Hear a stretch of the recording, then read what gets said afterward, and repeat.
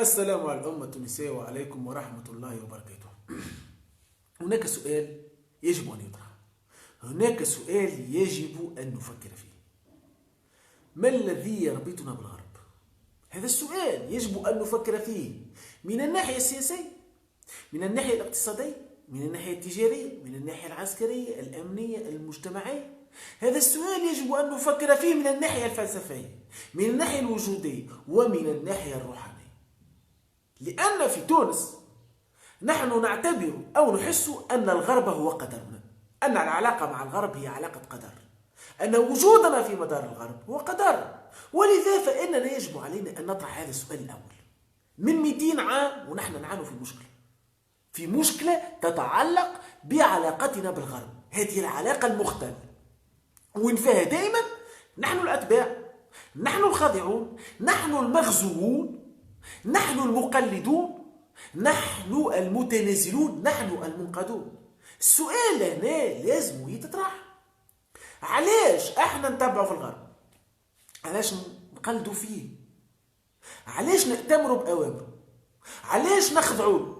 اصلا علاش نرغبوا في التشابه معاه؟ علاش نرغبوا في الاندماج فيه؟ علاش احنا متصورين انه الغرب هو قدر وانه الغرب هو مقدس؟ علاش نحن منجذبين يا ربي للغرب هكا كأنه الغرب منارة ونحن عايشين في الظلمة ما غيره هو، لازمنا نخسروه، لازمنا نقربوا من المنارة باش يكون الضوء. علاش احنا متوقعين انه الغرب شاد علينا السما تطيح؟ علاش احنا في مخاخنا متوقعين انه الغرب هو اللي نازل علينا في المطر؟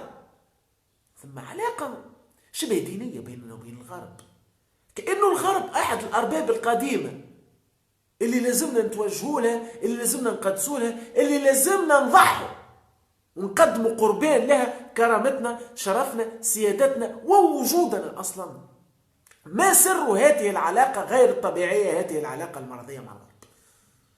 هل هو التاريخ؟ هل هو التراث المشترك؟ هل هو تشابهات حضارية بيننا وبين الغرب، تشابهات حضارية قوية جدا؟ هل هي المصلحة؟ أم إنها العادة؟ أم أننا مسحورون إنه الغرب سحر؟ شنو هو السر في هذا المغناطيس الغربي الذي وأذكر الذي يسيطر على العقل التونسي؟ أصلا الطيارات اللي نحن نتوقع أنها طيارات معادية للغرب أو رافضة الغرب، اللي هي الطيارات الإسلامجية، الطيارات التابعة لتركيا وتابعة لقطر، هي بيدها متبنية ومستبطنة للمنظومة الغربية، وهي بيدها طايحة في المخططات الغربية، وهي بيدها تتبع وتلتحق وتأتمر وتمشي تجري تشكي للسفارات الغربية، سفارة أمريكا وسفارة فرنسا. يجب علينا أن نتساءل، لأنه السؤال الحقيقي، لأنه السؤال الصحيح هو اللي يقودنا للتحرر، هو اللي يقودنا للسيادة على المصير، هو اللي يقودنا للسيادة بكلها، هو اللي يقودنا للقوة والعظمة. لم تطرح الأسئلة الحقيقية منذ القرن 19 تقريبا، باستثناء المفكر العظيم معناها خالد الدين باشا، بغض النظر على سياساته اللي فيها نقاش، بغض النظر على انتماءاته اللي فيها نقاش، فإنه في كتابه أقوى من المسالك في معرفة أحوال الملك حاول طرح السؤال وحاول الإجابة عليه. ولكن الفكر السياسي بصفة عامة في تونس لم يأخذ هذا الطريق ولم يطرح هذا السؤال الحقيقي. لماذا نحن منقادون الغرب؟ ما الذي يربطنا بالغرب؟ شنو شادنا الغرب؟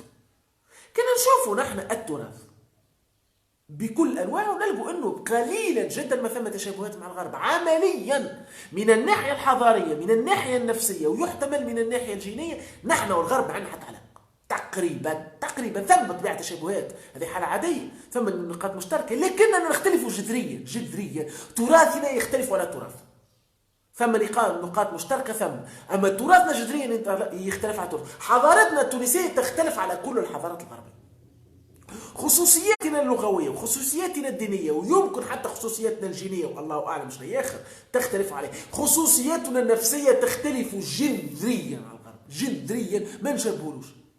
تاريخنا مع الغرب في اتجاه واحد، من صراعات قرطاج مع اليونان ومع روما إلى حد الحرب العالمية الثانية، إلى حد اللحظة تاريخنا مع الغرب ذو اتجاه واحد. هناك اعتداء من الغرب على تونس، اليونانيين، الرومان، الوندار، الفرنسيس، الاسبان، الايطاليين، الالمان، الانجليز، الامريكان، كلهم جيوشهم هابطت لتونس واعتدت على تونس وقتلت ونهبت وحرقت التوانسه بدون استثناء. الالمان والانجليز والامريكان في الحرب العالميه الثانيه، معناها ما تقولوش ما احتلوش، احتلونا كلهم الثلاثه، احتلونا في الحرب العالميه الثانيه وعبثوا بينا كيف وكيف الاخرين. نحن لحد اللحظة نواجه المؤامرات الغربية، الغرب يتآمر على وجودنا، الغرب يتآمر على وجود سفير أمريكا قال السكان الأصليين وهو يقصد الإسرائيليين. مش تبقوا متفاهمين. تورط ألماني واضح وصريح جدا في مشروع توطين أجانب من ألمانيا مطرودين في تونس. تدخل غير عادي للسفير الامريكي، للسفيره الفرنسيه، للسفيره الالمانيه، للسفاره الاوروبيه، الكلهم في تونس بطريقه غير عاديه واختراق رهيب وتآمر على وجود الدوله التونسيه. علاقتنا تاريخيا وواقعيا ولحد لحظه مع الغرب ذات اتجاه واحد، انه الاعتداء الغربي، انها محاولات السيطره والهيمنه الغربيه على تونس. معنى هذا واضح. أي مصلحة لنا في مع الغرب؟ من عهد حسين بيه الثاني ليوم الناس هذه، كل الناس هذا يا ربي، كل اتفاقياتنا مع الغرب تصب في مصلحتهم في المضرات. تعويلنا على الدعم الغربي، تعويلنا على الحماية الغربية، تعويلنا على المساعدة الغربية، كلها تصب في اتجاه واحد، خضوعنا للغرب وتحقيقنا لمطالب الغرب، سواء أدركنا هذا أو لم ندركه، سواء أردنا هذا أم لم نريده. كل ما نحن نقولوا رانا باش نستفيد ولا باش نربحوا من الغرب، نحن نضروا ونحن نغلقوا أكثر. الغرب دائما ينصب لنا من داف، كل ما يقول لنا باش نعاونكم راهو صب لنا من داف. شفناها الغرب بعد الثوره وهبط علينا بالتمويلات وهبط علينا بالمنظمات وبالجمعيات وبوسائل الاعلام وبالاستعلامات نتاعو بعد الثوره باش نعاونوكم باش ندعموكم. واللغه اللي دخلنا بها الغرب شنو هي؟ الشراكه. الغرب بعد الثوره قال لنا نحن شريك، نحن شركاء، احنا باش نشاركوكم في الديمقراطيه، في الحقوقيه، في العشريه. طلعوا يحبوا يشاركونا في السياده، وطلعوا يحبوا يشاركونا في المصير، وتبعوا يحبوا يشاركونا في الوطن التونسي، وتبعوا يحبوا يشاركونا في التاريخ التونسي وفي التونسه اصلا. طلعوا يحبوا يشاركونا في ارواحنا، طلعوا يحبوا يقصوا لقشه من الروح، لقشه من الدم، لقشه من الجسد التونسي باش يعطوها للغير. طلعوا يحبوا يشاركونا في حياتنا، يشاركونا في مستقبلنا. علاقتنا مع الغرب واضحه. إذا لنعود إلى السؤال: ما الذي يربطنا من الغرب؟ ما الذي يجعلنا منقادين إلى الغرب؟ ما الذي يجعلنا خاضعين إلى الغرب؟ شنو اللي شادوا علينا الغرب؟ تعاملوا الواقع في تونس. الإجابة قدامنا. للغرب في تونس وسائل إعلام، للغرب في تونس أحزاب، ونعاود ذاك مرة أخرى، جماعة تركيا وقطر راهم ينتموا الأحزاب بتاع الغرب بكل وضوح وكل صراحة. للغرب في تونس جمعيات، للغرب في تونس نقابات، للغرب في تونس راس مال. الغرب يملك جيوش في تونس تسيطر على الرأي العام، أو تسيطر نسبيا على الرأي العام، تسيطر على جزء من الرأي العام، تؤثر في السلوك العام، وبالتالي تؤثر في السياسة العامة. الغرب يخضعنا من الداخل. إن للغرب سيطرة على العقل التونسي. الغرب كما هو واضح عنده شبكة بتاع عنكبوت داخل عقولنا، داخل عقولنا، داخل أذهاننا، داخل وعينا. الغرب يملك شبكة عنكبوتية داخلنا. الغرب عامل جنة، مصورنا اللي هو جنة، مصورنا انه الحياة الغربية جنة، مصورنا انه هو المثال، مصورنا انه هو القدوة، مصورنا انه هو المنارة المقدسة التي يجب ان نتجه اليها. للغرب تأثير شبه ديني علينا، لأنه ولت القبلة بتاع حياتنا ما عادش مكة المكرمة، أما ولت القبلة بتاع حياتنا الغرب. حقيقة كي تشوفوا حياتنا في تونس، كل مستويات الحياة في تونس أو على الأقل الأغلب بتاعها، نشوفوا إنه القبلة بتاعنا هو الغرب. نحاولوا آليا نقلدوا حاجة صارت في الغرب، نحاولوا آليا نشروا سلعة في الغرب، نحاولوا آليا نتكلموا كيف الغرب. كان تلاحظوا حتى الدارجة التونسية تشوفوا كم المصطلحات الغربية، تلاحظوا حتى الكتابات بتاع التوانس تشوفوا كم المصطلحات الغربية، شوفوا حتى في صفحات التواصل الاجتماعي تلقوا التوانسة يكتبوا أساميهم بالأحرف اللاتينية. هناك سيطرة غربية علينا من الداخل، هناك سيطرة روحانية. الغرب كالمشعوذ أو الدجال اللي يسيطر علينا، اللي نمشوا له بإرادتنا ونسمعوا كلامه ويقولوا لنا اشروا اللبان ما نعرفش شنو، واشروا النبتة ما نعرفش شنو، وجيب لنا الشعرة ما نعرفش شنو، والحكاية ذيك من بلاصة، ونبدو نحن من بلاصة لبلاصة نلاجوا باش نرضوه، من بلاصة لبلاصة نلاجوا باش نجيبوا له اللي هو حاجته بيه. الغرب ولا بالنسبة لنا احنا كالعزام، الغرب بالنسبة لنا احنا واللي يشبه كيف ما قلنا لأرباب الديانات القديمة. عاملين في داخل عقولنا نحن صنم غربي نتوجهوا له بدعاء ونحاولوا نماروه. ما يقوله الغرب صار شبه مقدس في تونس، بالرسمي شبه مقدس. تأثير الأفكار الغربية، القيم الغربية، المنظومات الحياتية الغربية، السياسة الغربية في تونس قريب يوصل المستوى الديني، تقريبا قريب يوصل المستوى الديني، وهذه مشكلة. معناها نحن حاسين علاقتنا به كيف علاقة المريدين بالشيخ في الطرق الصوفية، أو كيف علاقة عموم الشعب بالولي قبل. أصلا العقل التونسي حتى في النقاشات داخل العقل، أصلا سامحوني على الانقطاع، أصلا العقل التونسي وحده كيف يخمم في التحرر من المدار الغربي، الخروج من المدار الغربي، يحس بأزمة. نحسوا بأنه ثم حاجز من الداخل، نحسوا أنه ثم عكشة في المخ، تظهر لنا حكاية صعيبة، تظهر لنا العلاقة طبيعية، معناها الانقياد بتاعنا الغرب ولا شبه قدر بالنسبة لنا. فكي نحكوا ونتناقشوا نحن القوميين مع التوانسة بكل أصنافهم ومن كل مستوياتهم التعليمية ومن كل الشرائح المجتمعية والاجتماعية، نلاحظوا أنه ثم عقدة توجع، الفكرة توجع. كيفاش نتحرروا من الغرب صعيبه، ما نجموش، تظهر هكاك ما نجموش، ما يخلوناش حياتهم الغربيه ونتبعوهم في الحكايه هذه. عندنا نفس الازمه بتاع القرن 19 اللي هي ازمه استصغار تونس وتضخيم او تعظيم الغرب، وبالوقت العصفور التونسي يحاول تقليد البومه الغربيه. خاطر العلاقه بتاعنا مع الغرب هي عصفور تونسي يحب يقلد البومه الغربيه، نحن ننسوا خطوتنا باش نقلدوا خطوه البوم. نحن البومه الغربيه، لكننا نحن نتصور البومه الغربيه كتاوس. هذه هي القضيه، ان هناك سحر مبين. نتصور البومه الغربيه كتاوس، نشوفوا قدام عينينا في انهيار الغرب، قدامنا انهيار الغرب، قدامنا تجرؤ بلدان يمكن ما كناش نسمعوا بها، تجرؤ بلدان افريقيا جنوب الصحراء اللي السيطره الغربيه عليها تعود لقرون، السيطره الفرنسيه على بلدان افريقيا جنوب الصحراء تعود لقرون. نشوفوا كيفاش قاعدين يتحاربوا، نشوفوا كيفاش بلدان افريقيا جنوب الصحراء قاعده تتحرر، طرد في القواعد الفرنسيه، يحبوا يخرجوا من تحت الفرنك الفرنسي، يحبوا اصلا يخرجوا من المنظمه الفرنكفونيه. كيف ما سمعت مؤخرا انه تنزانيا ولا تصنع في الطيارات، معناها العالم قاعد يتحرر. امريكا الجنوبيه تخوض حربا غير عاديه للتحرر من الغرب من كل القيم الغربيه. اسيا عالم اخر، نشوفوا حتى المغرب قاعده تحاول تتحرر من الغرب.